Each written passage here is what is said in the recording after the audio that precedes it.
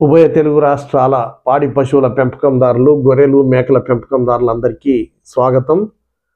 పాడి పశువుల్ని కానీ, గొర్రెలు, మేకల్ని కానీ, పందుల్ని కానీ పెంచినప్పుడు జ్వరం రావడం, నొప్పితో బాధపడడం, వాపులతో బాధపడడం ఇట్లాంటి సమస్యలు తరచుగా రైతులు ఎదుర్కొనే ఉంటుంటారు. అటువంటి సందర్భాల్లో నిమ్సులీడ్తో కూడినటువంటి పాలిజిసిక్ కానీ, నీమోవిట్ కానీ, రుమిలైడ్ కానీ, ఆక్సాల్జిన్ లాంటి ఇంజెక్షన్లు ఏవో ఒకటి రెగ్యులర్గా వాడుతూనే ఉంటారు. రైతులకు తరచుగా ఉపయోగపడే ఇంజెక్షన్లలో ఇదొక ముఖ్యమైన ఇంజెక్షన్. ఆశ్చర్యకరమైన విషయం ఏంటంటే రైతులు వాడే ఈ ఇంజెక్షన్ను ట్యాబ్లెట్స్ల ఉత్పత్తి, అమ్మకము, పంపిణీని భారత ప్రభుత్వం డిసెంబర్ 30, 2024 సంవత్సరంలో నిషేధించడం జరిగింది. ఈ విషయాన్ని గెజిట్ నోటిఫికేషన్లో పేర్కొన్నారు. అంతేకాకుండా drugs and cosmetic act 1940 section 26A ప్రకారం డ్రగ్స్ టెక్నికల్ అడ్వైజరీ కమిటీ సూచనల ప్రకారం భారత ప్రభుత్వం ఈ నిర్ణయం తీసుకుంది. తరచుగా వాడే ఇంజెక్షన్ను ఎందుకు నిషేధించారు, దానికి ప్రత్యామ్నాయం ఏంటి అనే సందేహం గొర్రెలు, మేకల పెంపకందారులకు, పాడి పశువుల పెంపకందారులకు వస్తుంది. ఆ సందేహాన్ని నివృత్తి చేయడానికే ఈ వీడియో చేయడం జరుగుతుంది. రైతులకు ఉపయోగపడే ఈ నిమ్సులీడ్ ఇంజెక్షన్ను బ్యాన్ చేయడంలో ఉద్దేశం ఏంటి, కారణం ఏంటి అనే వివరాల్లోకి వెళ్తే, నిమ్సులీడ్ ఇంజెక్షన్ అనేది ఒక కత్తి లాంటిది. రెండు వైపులా పదును ఉంటుంది. జ్వరము, వాపులు, నొప్పులు తగ్గియడానికి ఉపయోగపడుతుంది. రెండో వైపు ఆలోచిస్తే ఈ ఇంజెక్షన్ వాడగానే పశువులు జీర్ణకోశ సమస్యలతో బాధపడుతున్నాయనుకోండి, అటువంటి సందర్భాల్లో వాటల్లో అల్సర్స్, రక్తస్రావాలు, పేవుల్లో రంధ్రాలు లాంటివి ఏర్పడే ప్రమాదం ఉంటుంది. తద్వారా జీర్ణకోశ వ్యవస్థకు విఘాతం కలుగుతుంది. ఇక రెండవ సమస్య ఏంటంటే, ఈ ఇంజెక్షన్ వాడగానే యూరిక్ యాసిడ్ పాళ్ళు పెరుగుతాయి.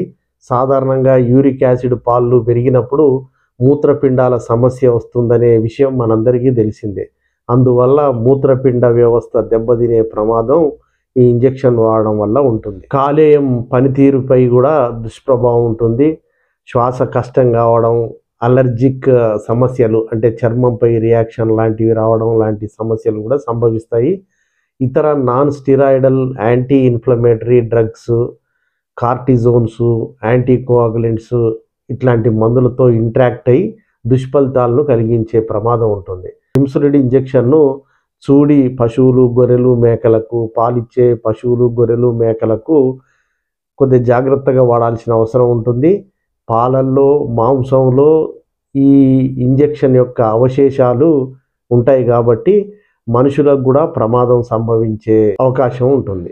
ఈ ఇంజెక్షన్ను బ్యాన్ చేయాలనే నిర్ణయం తీసుకునే ముందు ప్రయోగాత్మకంగా 2 హిమాలయన్ గ్రిఫిన్ రాబందులపై ఈ ఇంజెక్షన్ వాడారు. ఇంజెక్షన్ వాడగానే శరీరంలో యూరిక్ యాసిడ్ లెవెల్స్ పెరిగిపోయి మూత్రపిండాలు పనిచేయకపోవడం అనేది గమనించడం జరిగింది. 2 రోజుల్లోనే ఆ రాబందులు చనిపోవడం అనేది కూడా గమనించారు. వెటర్నరీ రీసెర్చ్ ఇన్స్టిట్యూట్, ఇజ్జత్ నగర్ వాళ్ళు కూడా ఈ దుష్ఫలితాల ప్రభావాన్ని నిర్ధారించారు. నిమ్సులీడ్తో కూడిన ఇంజెక్షన్ను ఇప్పటికే స్విట్జర్లాండ్, స్పెయిన్, అమెరికా లాంటి దేశాల్లో నిషేధించారు. మన దేశంలో కూడా ఇప్పుడే నిషేధిస్తున్నారు. కాబట్టి రైతు సోదరులందరూ ఈ విషయాన్ని గమనించాల్సిందిగా కోరుతున్నాను.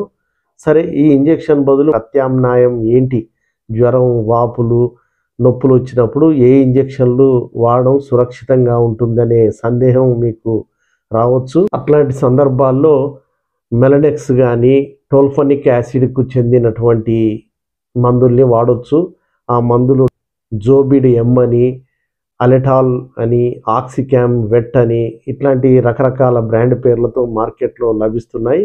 కాబట్టి ఆ ఇంజెక్షన్లలో మెలనెక్స్ కానీ, టోల్ఫనిక్ యాసిడ్ కానీ ఉందా లేదా చూసి ఆ ఇంజెక్షన్లు వాడితే పశువులకు కానీ, గొర్రెలు, మేకలకు కానీ, పందులకు కానీ సురక్షితంగా ఉంటుందనే విషయం గమనించాల్సిందిగా కోరుతూ అందరికీ ధన్యవాదాలు.